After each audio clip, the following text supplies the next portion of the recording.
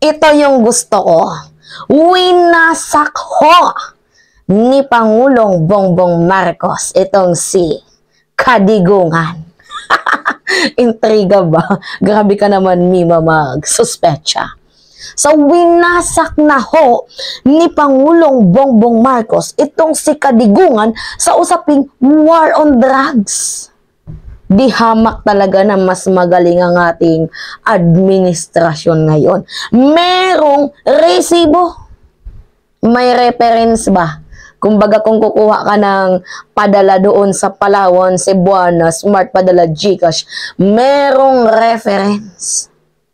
Pinakita pa mismo sa harapan ng sambayan ng Pilipino. Walang halong malisya. Ito, yan yung totoo.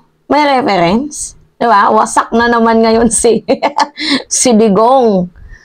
Anong sabi sa balita? 6 na bilyong illegal na droga winasak ho sa Cavite. Humigit kumulang guys, 6 na iba't ibang klase ng paraphernalia droga ang winasak ho doon sa Cavite sa pamamagitan ho ng paggamit ng decomposition kahapon sa Integrated Waste Management. October 21. Yan ho, yung goods, di ba? May reference. Hindi yung sasabihin, may nahuli. Ito na yung mga hinahanap ng Marites, di ba?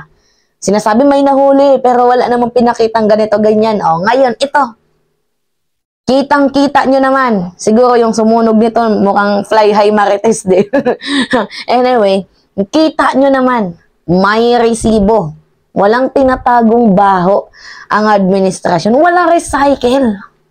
Hindi katulad ng mga iba dyan, diba?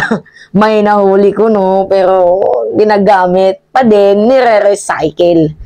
Diba? As you remember, si Pangulong PBBM, kahit medyo silent lang yan, talagang may dating eh. Kasi imagine yung mga high-ranking official, pinangalanan niya.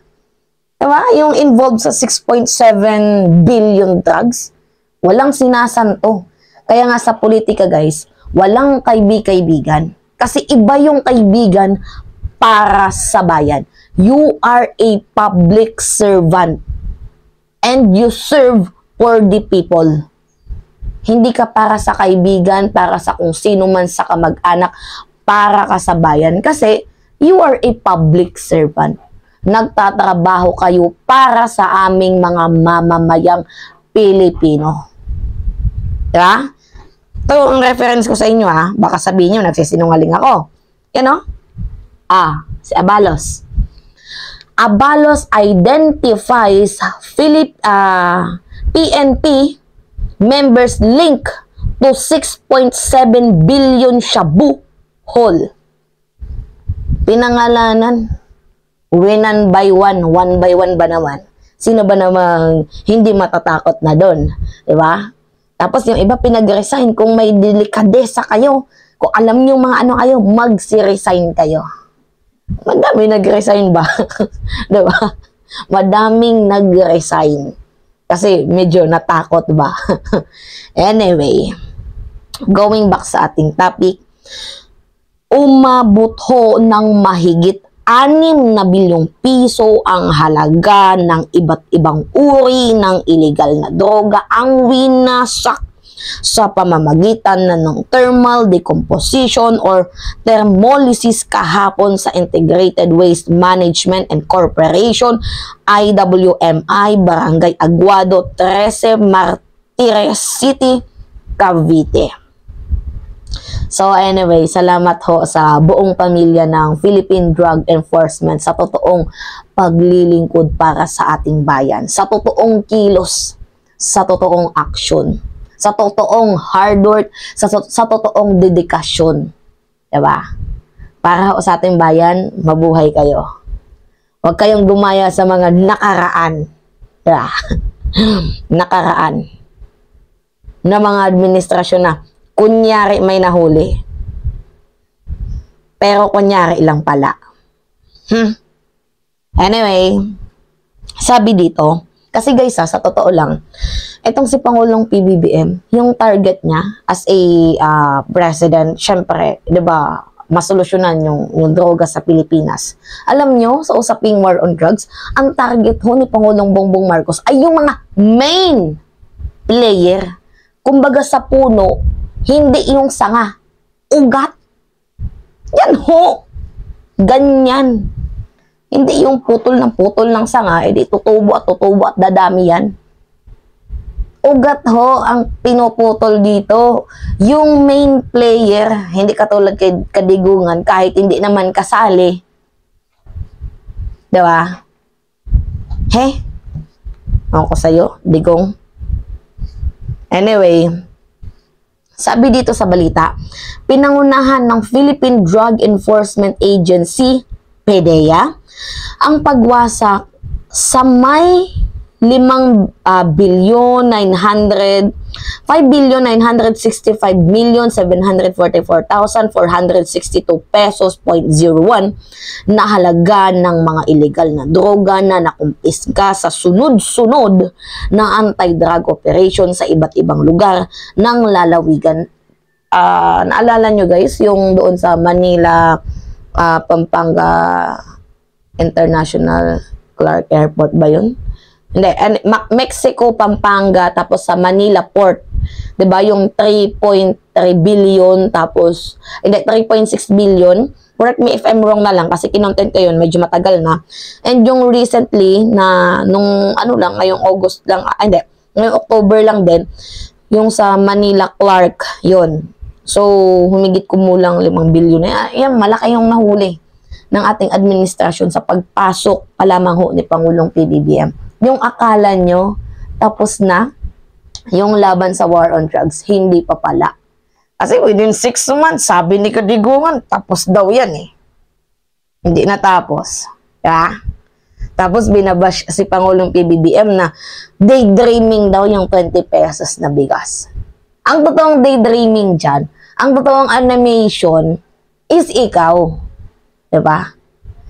Yung sinasabi mong within 6 months, wala nang droga sa Pilipinas. Napakamot ulo tuloy ako.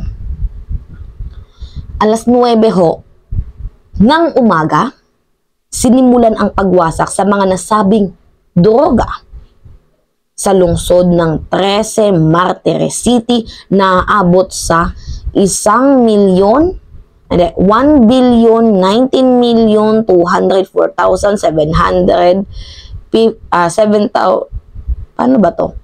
1,019,204.7581 gramo na pinakamarami na bilang ng shabu na may kabuuhang timbang na 471,478.639 gramo na sinunda ng marijuana na aabot sa 312,993.9,424 gramo at ang dimethylsulfone na may 208,909.0 gramo.